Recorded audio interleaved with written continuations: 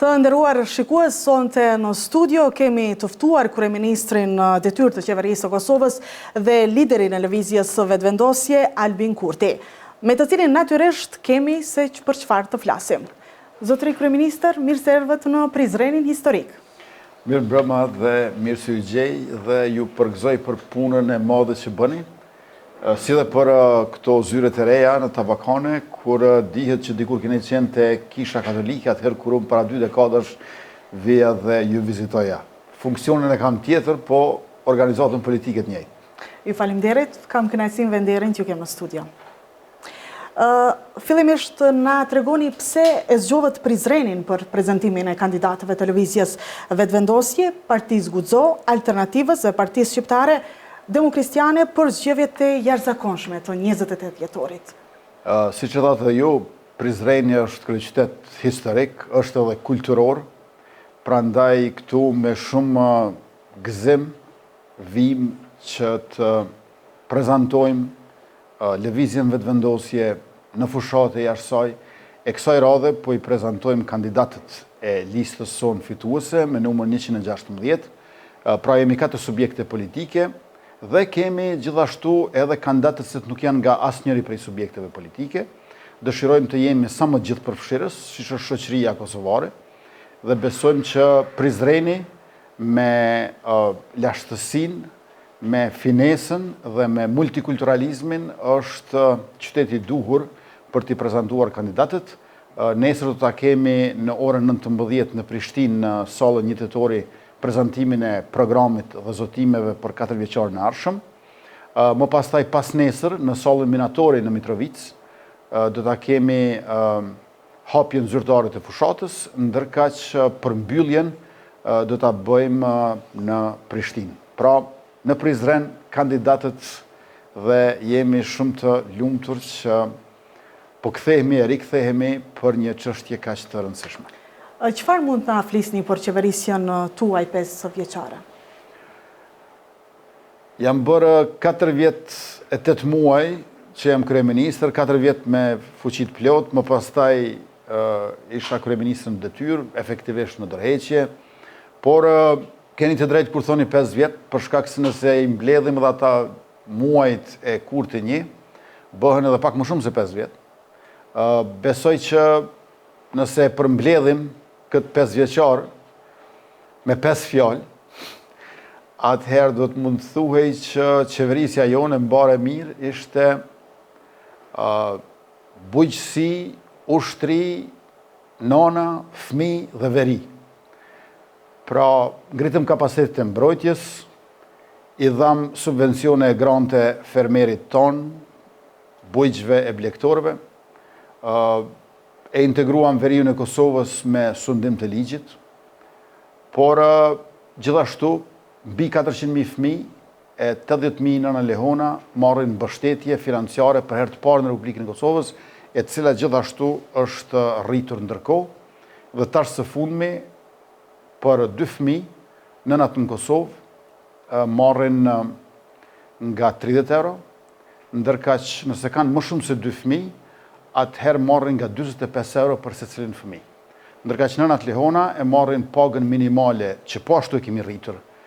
niveli neto është 325.9 euro për 6 muaj. Besoj që kur kësaj shtojmë faktin se kemi 4 fishuar trajnimet jashtë vendit për ushtarakët tanë, kemi 2 fishuar numrin e ushtarëve në Forcën e Sigurisë Kosovës, kemi 3 fishuar buxhetin për ushtri, ndërka 100 fishuar për armatim edhe për municione, si dhe mbi 300 milion euro për rreth 120.000 fermer, ku 50% është shtuar fondi i tokës bujqësore që punohet në Kosovë, është një elaborim pak më i gjatë i këtyre 5 viteve nga ato 5 fjalët kryesore që i përmenda, pra nëna, fëmijë, veri, ushtri dhe bujqësi. Por çfarë konsideroni si sfidë më të madhe gjatë këtij mandati? Sfida më e madhe besoj që kanë qenë provokimet dhe sulmet e vazhdueshme të Serbisë, e cila e ndihmuar nga Rusia dëshironte të destabilizonte gjithë rajonin nëpërmjet Kosovës, ndërkaq nëpërmjet aksioneve terroriste, nëpërmjet agresionit të saj, dëshironte të shkaktonte konflikt në Kosovë që e ndan veriun e Kosovës. Dy tentimet e saj gjithsesi të dështuara, më të shquarat kanë qenë ai i fundit të shtatorit të vitit 2023, kur u vra rreshteri i policisë, tash heroi i Kosovës Afrim Bunjaku, por gjithashtu edhe kur me 29 nëntor të vitit të kaluar e hodhën në erë kanalin Iber Lepens, i cili e furnizon me ujë më shumë se gjysmën e Kosovës, por në anën tjetër edhe pa të nuk mund të operojnë termoelektranët Kosova A dhe Kosova B, pra sulm në infrastrukturën kritike, ishte sulm kinetik. Kjo ishte një sfidë shumë e madhe për neve. Një sfidë tjetër kanë qenë edhe vendimet, aktgjykimet e gjykatës kushtetuese, e cila, siç dihet, na rrëzoi ligjin për çmimet tavan për produktet bazë me 23 nëntor të vitit 2023, dhe në këtë mënyrë ne na u mundësua që të kontrollojmë çmimin e shportës me gjësendet elementare për familjet në Kosovë. Kemi pasur edhe sfida të tjera, sikurse që është ta zëmë pandemia COVID-19, e cila ndodh një herë në 100 vjet, meqense kur shkuam në zyrë nuk gjetëm asnjë vaksinë dhe asnjë kontratë për vaksinat, ndërkaq brenda vitit 2021 arritëm që t'i vaksinojmë së paku me një dozë 60% të popullsisë. Pastaj sfidë ishte edhe inflacioni i vitit 2022, rreth 11%, për shkak të sulmit të Rusisë imperialiste ndaj Ukrainës liridashëse, me që ras pasoj edhe kriza energjetike, e cila ndodh një herë në 50 vjet, dhe kishim edhe krizën e inflacionit, e cila njëkohësisht ishte shoqëruar edhe me mungesën e disa produkteve elementare, sikurse vaji, lule diellit. Pra, këto ishin disa prej sfidave që i kemi pasur, por nuk mendoj që ka pasur ndonjë sfidë e cila ka mundur të na lëkund në mënyrë substanciale dhe të cilën nuk e kemi tejkaluar me sukses. Po çfarë ka bërë qeveria qendrore për Prizrenin gjatë 5 viteve të kaluara? Së pari, ne për Prizrenin kemi bërë atë çfarë kemi bërë për gjithë Kosovën, sepse Prizreni është komuna e dytë me madhësi në Kosovë pas kryeqytetit, dhe këtu janë përfitues të mëdhej të masave tona, por këtu do të kisha theksuar edhe faktin që për më pak se 4 vjet kemi ndërtuar më shumë se 100 km rrugë në rajonin e Prizrenit, dhe këto rrugë të asfaltuara përfshin për shembull përfundimin e rrugëve Gorozhup-Pogaj, Kërstec-Pakisht, Zapod e Dobrun-Blinisht, që na ofrojnë më shumë me Shqipërinë dhe që e bashkojnë Hasin. Pastaj kemi pasur fillimin e punimeve në rrugën Prizren-Tetov, që në anën tonë po shkon shumë mirë, besoj që ka vend për të përshpejtuar në anën e Maqedonisë së Veriut, dhe kjo gjithashtu do të bëhet sepse po punohet për këtë aspekt. Janë afër 6 milion euro investime për renovimin e objekteve trashëgimisë kulturore, dhe këtu përfshihet renovimi i rrugës së rijetësuar praktikisht Marin Barleti, mande restaurimi 10 shtëpive tradicionale brenda qendrës historike të Prizrenit, konzulatës austro-hungareze, kinema Spar, hamamit Gazime Metpashës dhe të qendrës kulturore hebraike. Të gjitha këto janë bërë nga Qeveria e Republikës Kosovës, janë mbi 12 milion euro për renovimin e stadiumit për Parem Thaçi,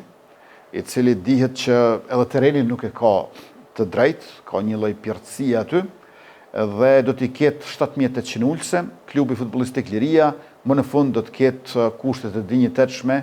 për sukseset e radhës dhe për ushtrime, dhe 3 milion euro investime në spitalin e përgjithshëm këtu në Prizren, për rikonstruimin e plot reparteve pediatrike dhe internistike. Punimet kanë nisur. Kur kemi ardhur në detyrë, i kemi pasur vetëm 2 rezonanca magnetike në Kosovë për 20 vjet, tash i kemi shtuar edhe 3 të tilla, njëra prej tyre është këtu në Prizren. Flasim tani pak për mos formimin e institucioneve. Pse nuk u formua qeveria pas zgjedhjeve të 19 shkurtit, sipas jush, zotri Kurti? Ne kemi lezuar drejt rezultatin e 9 shkurtit, i fituam 22.3% të votave dhe me këtë rast i morëm 48 deputet, bashkë me Alternativën dhe Guxo, por mesazhi i popullit ishte që ju jeni fituesit, por gjeni edhe një partner. Ne u përpoqëm me Lidhjen Demokratike të Kosovës, u përpoqëm me Nismën Social-Demokrate, nuk pati sukses, ndërkohë që përpjekjet tona me partitë bosnjake të Emilia Rexhepit dhe Rasim Demirit, me partinë turke KDTP të Fikrim Damkës, pastaj me partinë IRDK të egjiptianëve Elbert Krasniqin dhe me partinë Rome të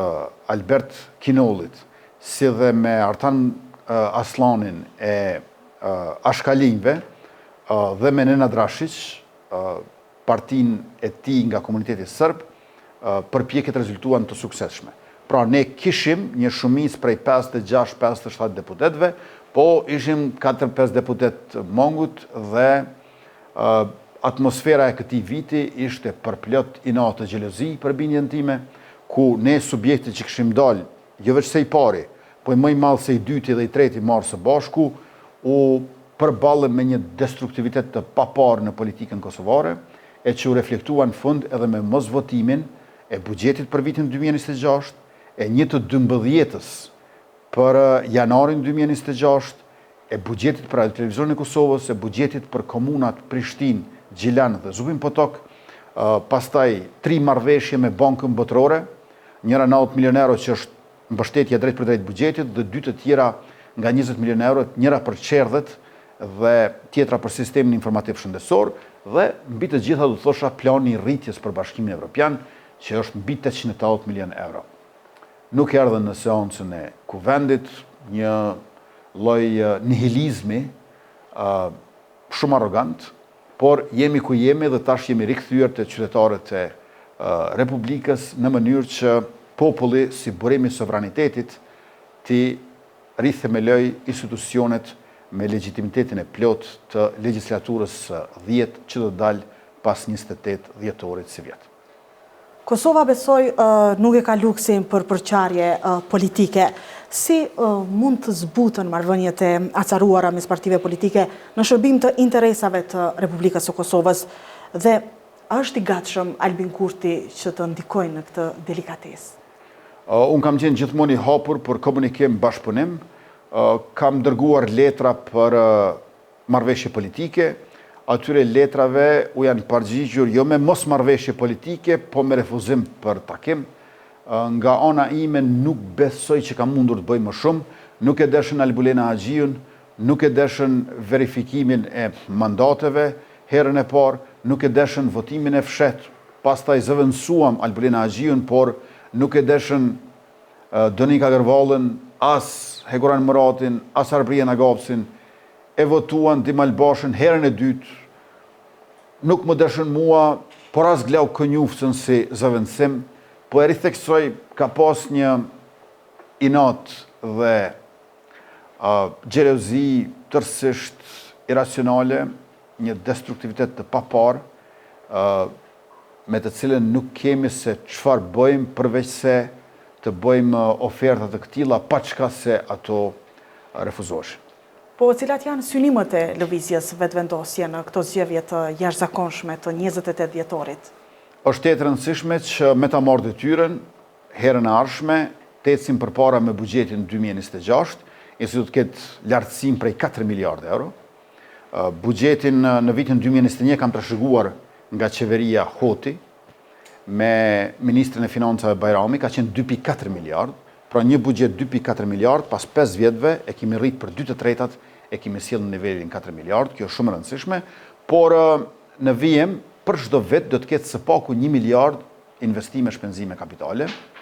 1 miliardë do të japim për ushtrinë e Kosovës, për një mandat 4 vjeçar, pra përveç dronave Skydagger, TB2 Bayraktar dhe Puma dhe sistemit antitank Javelin, ne do t'i kemi edhe helikopterat Black Hawk nga Shtetet Bashkuara të Amerikës, do t'i kemi gjithashtu edhe fabrikën e municioneve dhe atë të dronëve made in Kosova, dhe 500 milion euro apo gjysmë miliard euro me partneritet publiko-privat për Brezovicën, që është shumë e rëndësishme edhe për Prizrenin. Do ta bëjmë qendër të skimit dimror, por edhe të turizmit jo vetëm dimror, që do të ketë për masa evropiane e më gjërë, dhe 1 miliard euro mbështetje për prodhimtari në Kosovë, në mënyrë që të vazhdojmë të zvogëlojmë deficitin tregtar. Raporti eksport-import ka qenë 1,9, është bërë 1,6, le të vazhdojmë më tej, për shkak se edhe më tej vetëm 30% të ushqimit që e konsumojmë në Kosovë është prodhim vendor. 70% është i importuar. Le të shkojmë në drejtimin e duhur në këtë aspekt, në mënyrë që të kemi